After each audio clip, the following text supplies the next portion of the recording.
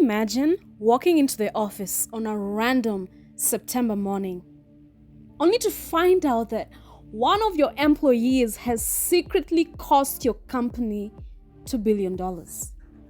Not 2 million, 2 billion. So this guy was not a CEO and he wasn't some Wall Street legend.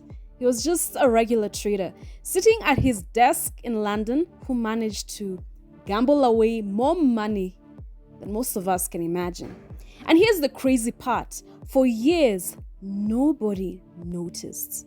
Not his bosses, not the risk managers, not the billion-dollar systems designed to catch this exact thing.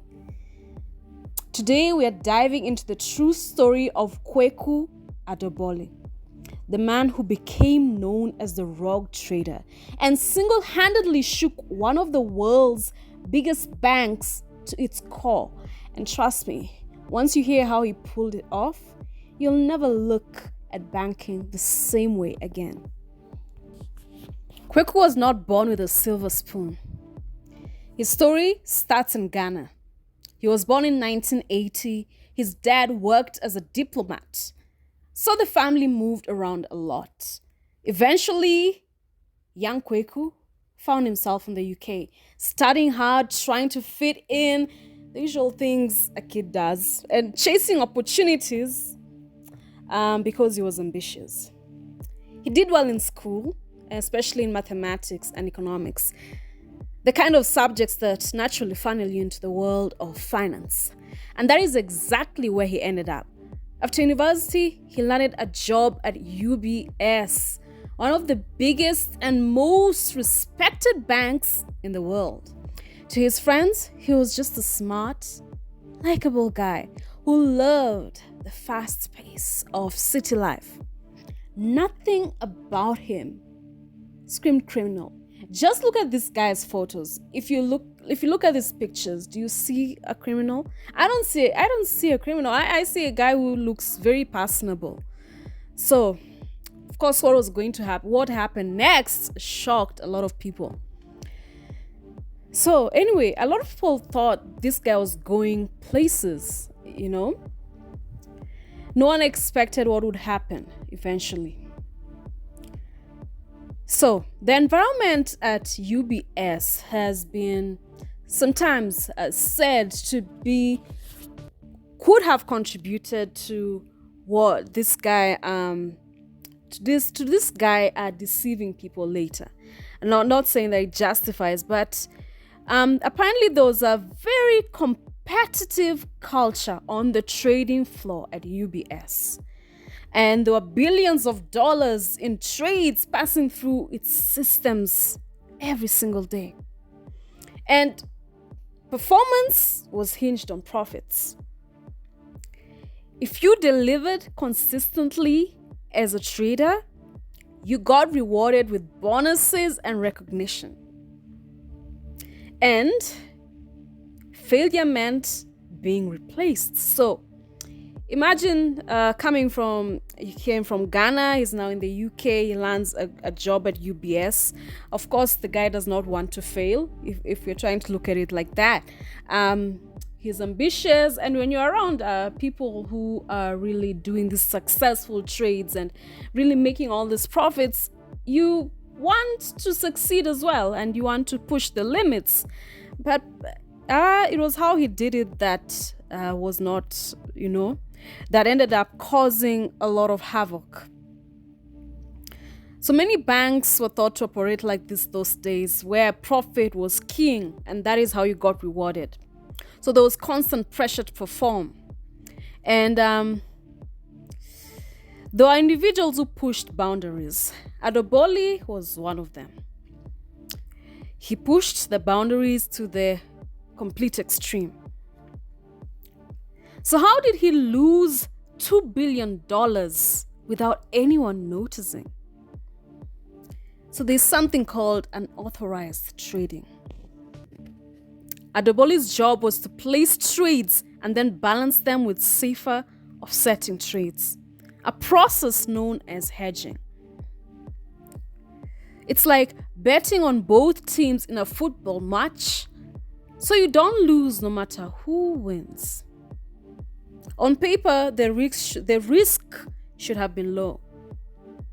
But Adoboli was not hedging. He was making bigger and riskier bets, hoping to cover up earlier losses. When those bets went wrong, he doubled down, creating an even bigger hole. Then, to hide that, he falsified records and used what is called a slush fund account. Basically, that's a hidden space to park losses so they don't show up on UBS's books right away. It worked for a while. His bosses thought he was delivering steady profits. The thing is, he was stacking up billions in hidden risk, like a house of cards just waiting to collapse. The losses were buried. The numbers, they looked good. And UBS believed it had an amazing, reliable trader. But after a while, this could no longer be hidden. That was around 2011. Irregularities started surfacing in early September. Some risk managers noticed inconsistencies in Adoboli's accounts, and soon the truth was to come out. These trades had not been hedged. The records had been falsified, and UBS was facing losses of $2.3 billion. The news came on September 15th, 2011. That's when the public got to know about it. And the reaction was immediate. And that reaction meant that the stock price for UBS down, plunged. Investors were panicking, and headlines around the world screamed about this rogue trader who had single-handedly shaken a global bank. It was a huge embarrassment for UBS. This single employee bypassed systems checks and the controls of the biggest bank one of the biggest banks in the world. For Adoboli, this was the moment everything came crashing down. He was arrested and faced charges of fraud and false accounting. The trial began in 2012, and it drew international attention, not just because of the money involved, but because it raised uncomfortable questions about responsibility in the banking world. By the prosecution, Adoboli was painted as reckless. He gambled with money that was not his, and he lied and lied to cover it all up. They argued that this man knew what he was doing and that he could not be allowed to get away with it. In his defense, he admitted to having broken the rules, but argued that the culture at UBS encouraged risk trading. So Adoboli was seen as a symptom of a system that rewarded profits above everything else. But now when the bets went wrong, he was left to take the fall. But in the end, despite seeing his side of the story, the jury still sided with the prosecution, and Adoboli was found guilty on 2 counts of fraud and sentenced to 7 years in prison. So, of course, the verdict was meant to send a very, very clear message that despite a person being in a toxic culture, you still need to have personal responsibility. That is very important. And it's not difficult to see why they would say that. $2 billion is a lot of money, and it obviously affected a lot of people. Um, the damage for UBS was very big. Imagine this is among the biggest banks in the world, known for its reputation, and this happened. So that was, of course, their reputation took a serious hit. Investors lost confidence, and the CEO at the time, Oswald Grubel, hope I'm saying that right, he resigned under pressure. Because of this all happened under his leadership. UBS was fined hundreds of millions of dollars by regulators for failing to maintain adequate controls. It showed that the systems they had to prevent this disaster had not worked the way they should have. Adoboli served half of his 7-year sentence before he was released. He was deported from the UK back to Ghana in 2018. Ghana is where he was born.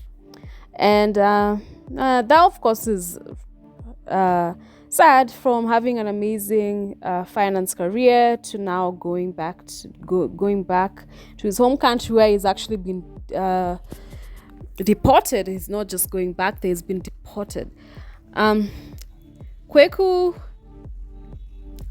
has been giving talks since then, trying to educate people about financial responsibility and not make, so that people don't make the same mistakes that he made.